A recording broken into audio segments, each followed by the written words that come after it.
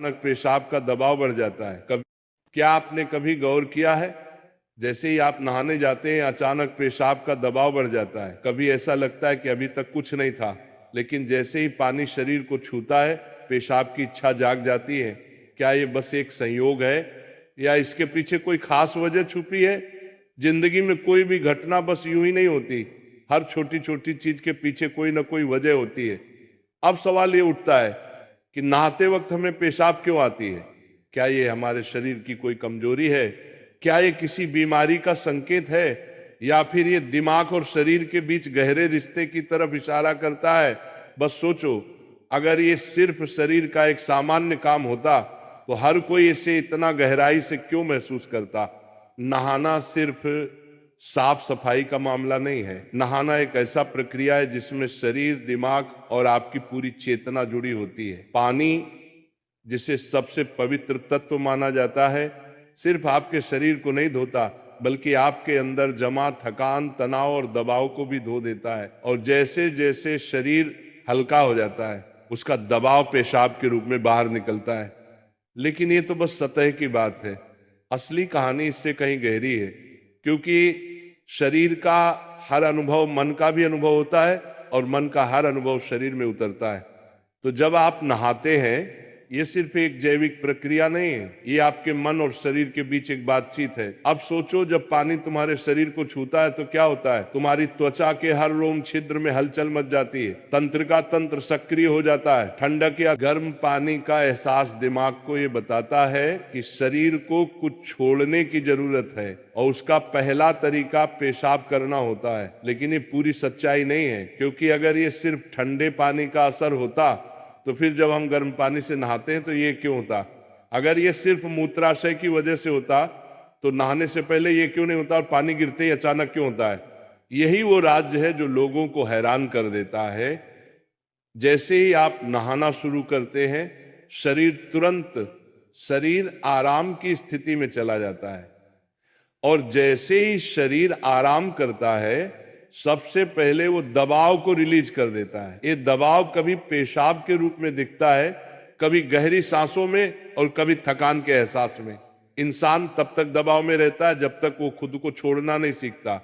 नहाना, पानी में डूबना, ये सब काम इसलिए अच्छे लगते हैं क्योंकि ये आपके अंदर के बोझ को हटा देते हैं। बस याद करो कि कभी गर्मी में जब तुम ठंडे पानी से नहाने बैठते हो तो पहला छींटा ही पूरा शरीर एक झटका महसूस करता है। उस झटके में शरीर कुछ देर के लिए नियंत्रण खो बैठता है, और नियंत्रण खोने से इच्छा पैदा होती है। अब आप सोचेंगे कि क्या ये हर किसी के साथ होता है? हाँ, लगभग हर किसी ने कभी ना कभी इसे महसूस किया होता है।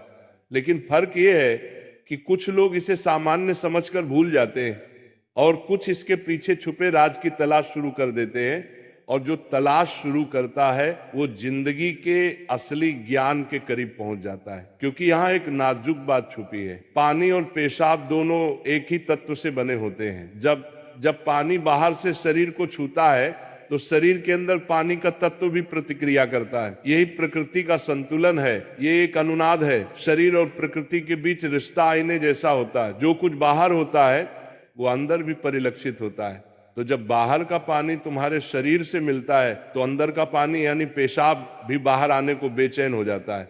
लेकिन अब सवाल उठता है, क्या ये सिर्फ पानी और मूत्राशय की बात है या इसके पीछे कुछ और भी है? क्या ये किसी कमजोरी का संकेत है? क्या ये किसी बीमारी का शुरुआती लक्षण है, या बस मन और शरीर के बीच की एक बातचीत है? यहीं से हमारी यात्रा शुरू होती है, शरीर के विज्ञान से लेकर आध्यात्मिक दृष्टि तक। क्योंकि अगर हम इसे बिना समझे सामान्य कहकर नजरअंदाज कर देंगे तो हम जीवन के एक बहुत बड़े संकेत को खो देंगे। तो चलिए अब इस रहस्य को और गहराई से समझते हैं। हर बार जब तुम कुछ छोड़ते हो, कुछ रिहा करते हो, तो वो तुम्हारे बोझ से आजादी देता है। लेकिन ध्यान रखना, ये सफर आसान नहीं होगा, क्योंकि जो दिखता है वो सच नहीं होता, और जो नहीं दिखता वो गहरा सच होता है। लेकिन सवाल यह है कि ऐसा क्यों होता है कि कुछ लोग इसे ज्यादा महसूस करते हैं और कुछ कम? यहां मनोविज्ञान की भूमिका आती है। मनोविज्ञान कहता है कि हमारा मन और शरीर गहराई से जुड़े होते हैं। जैसे ही मन आराम करता है शरीर भी रिलीज होना चाहता है, इसे कैथारसिस कहते हैं। सोचो, जब तुम रोते हो तो कैसा महसूस करते हो? पहले तो भारीपन होता है, लेकिन रोने के बाद हल्कापन महसूस होता है। बिल्कुल ऐसा ही होता है, पेशाब आने में भी ऐसा होता है।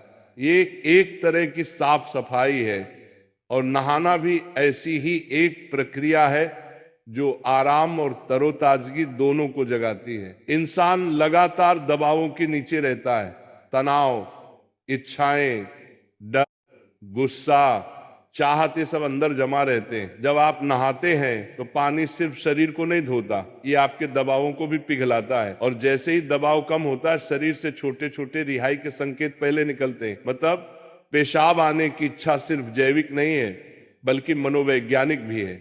ये इस बात की निशानी है कि जैसे ही आप आराम में, शरीर राहत चाहता है। पानी सिर्फ शरीर को साफ नहीं करता, ये आपके अवचेतन तक पहुंचता है, क्योंकि पानी का अस्तित्व बहुत गहरा है। आप मां के गर्भ में पानी से घिरे हुए पैदा हुए थे। आपके पहले अनुभव पानी से जुड़े होते हैं। इसलिए जब भी पानी आपको छूता है, आपका अवचेतन सक्रिय हो जाता है। इसीलिए नहाना इतना सुखद लगता है। इसीलिए पानी में डूबना, किसी झील या समुंदर के किनारे बैठना इतना आरामदायक होता है।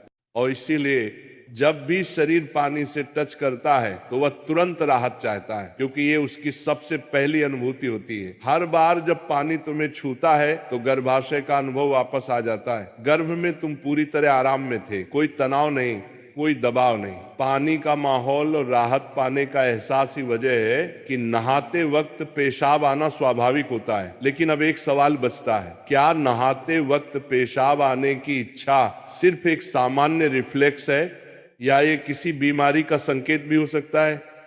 विज्ञान मानता है कि अगर ये बहुत बार होता है, बहुत ज्यादा तलब होती है, या आप इसे कंट्रोल नहीं कर पाते, तो ये ओवर एक्टिव ब्लैडर या किसी और मेडिकल कंडीशन का संकेत हो सकता है। लेकिन अगर ये कभी कभार होता है तो ये बिल्कुल नेचुरल है, बिल्कुल सामान्य है।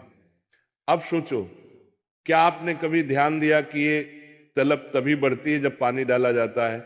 मतलब यहां ट्रिगर पानी है, और पानी सिर्फ शरीर को नहीं छूता, बल्कि दिमाग और सबकॉन्शियस को भी। तो असली सवाल यह है कि क्या आप इसे बस एक प्रॉब्लम मानकर नजरअंदाज कर देंगे, या इसे एक संकेत के रूप में लेंगे कि दोनों शरीर और मन को आराम चाहिए, हल्कापन चाहिए, आजादी चाहिए।